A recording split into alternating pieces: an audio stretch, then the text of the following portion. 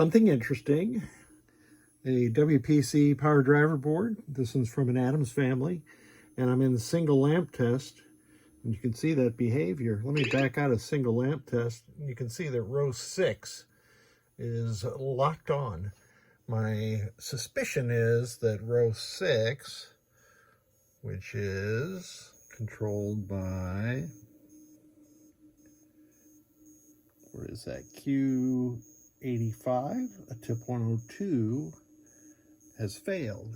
Now Q85 is this transistor at this location. One moment. I have my meter set to diode test, or diode check. I have the black lead on the tab of the suspect Q85 transistor. Now I'm going to touch both legs of Q85. That is a correct measurement on the left leg, and on the right leg we have a short, which is not correct. I can show you, let's see, with this transistor pretty easily, I think, that should be reading about 0.5. So let's get Q85 out of there. I've added some solder to the legs of Q85. Let's just see if we can get it to fall out. Bingo. Q85 replaced, and the moment of truth.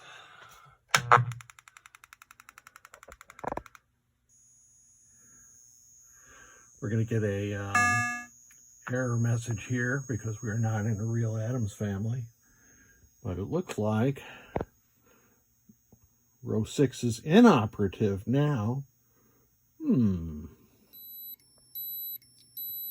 It looks like Q85 was not the only problem.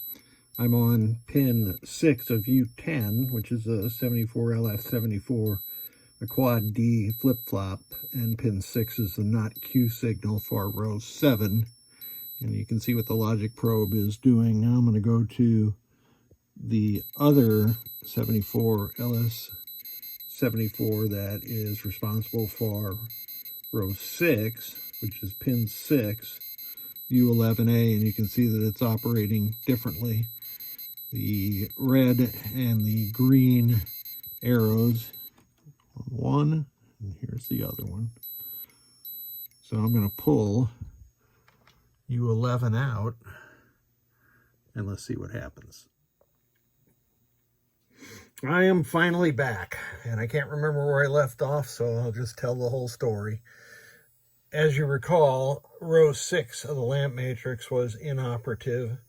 It is now completely operational. I had changed Q85, which had failed, and that provided no relief. So I changed the 74LS74, and I was sure that I had that problem licked. No joy.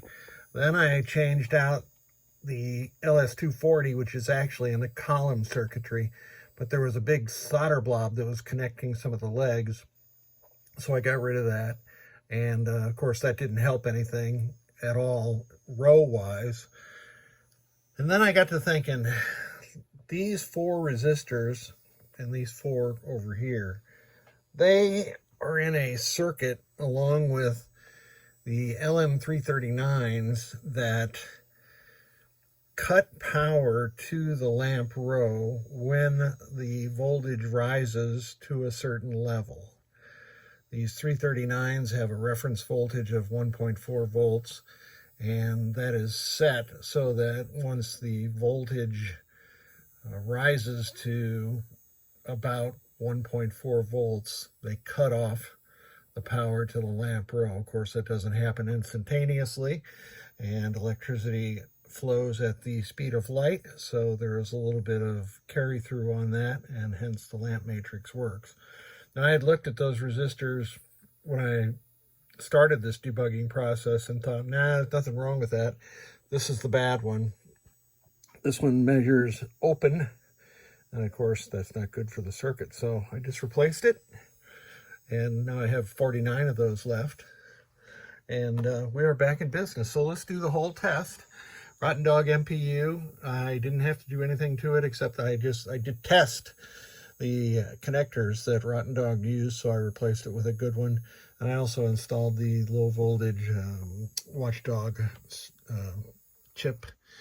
On the soundboard, I recapped it with 9, count them, 9 new capacitors, including this 22 microfarad one that I have bent over. I just like putting them on like that sometimes, so you can see that they're not leaking.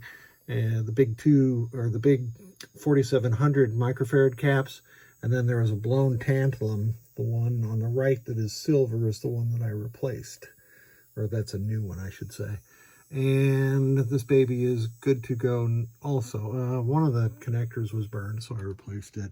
On the driver board, it was pretty much run-of-the-mill until I got to that lamp circuit.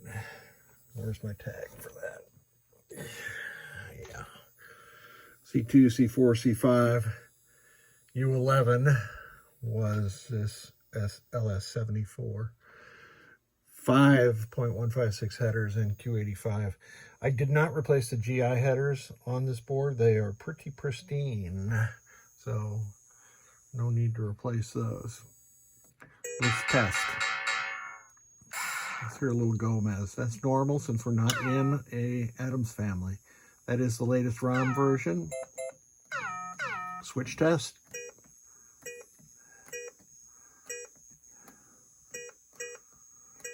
Going across the diagonal, working. Oh, let me test these other switches too while I'm at it. So those are all working. Solenoid test.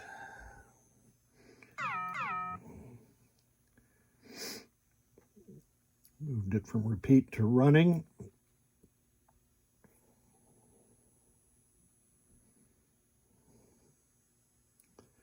This board set is going into a scratch build Addams family. The PinSider's name, I believe, is something like Shredder 555. I'll put a link to his thread where he is building an Addams family from scratch, apparently. General illumination dimming circuits are working. Let's do lamps and flashers at the same time. There's the flash lamps. And the lamp circuits are working fine. Let me do single lamps. I had repaired a board for a gentleman recently, and he contacted me afterwards and said some of these lamps are lighting up, even though they're not supposed to be lit, and they light kind of dimly. Well, I suspect what that was is that there were LEDs installed in the game, and if you don't get the pricier, I'll say, non-ghosting LEDs, then you can expect to see that kind of thing. Interesting, Addams family does not, it has an ordered lamp, but it doesn't have a row or a column test for the lamps. It only has the single lamps. So that's it. This board set is good to go. Thank you so much for sending it. You can power up pretty soon and see what's going on. I always forget this when a soundboard comes in.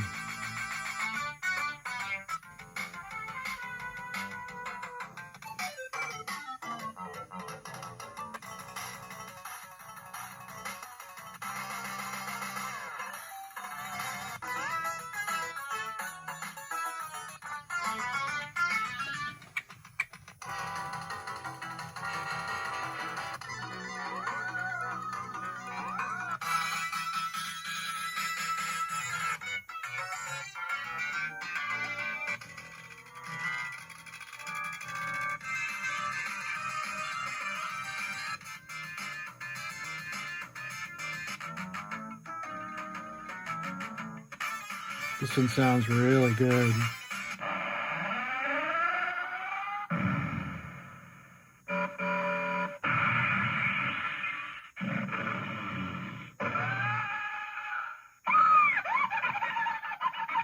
Dirty pool, old man. I like it.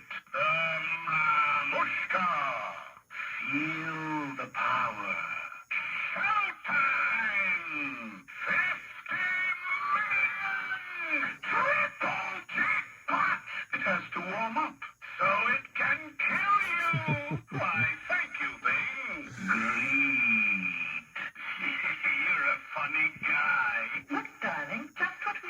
watching for. All right, now that is it. Thanks again.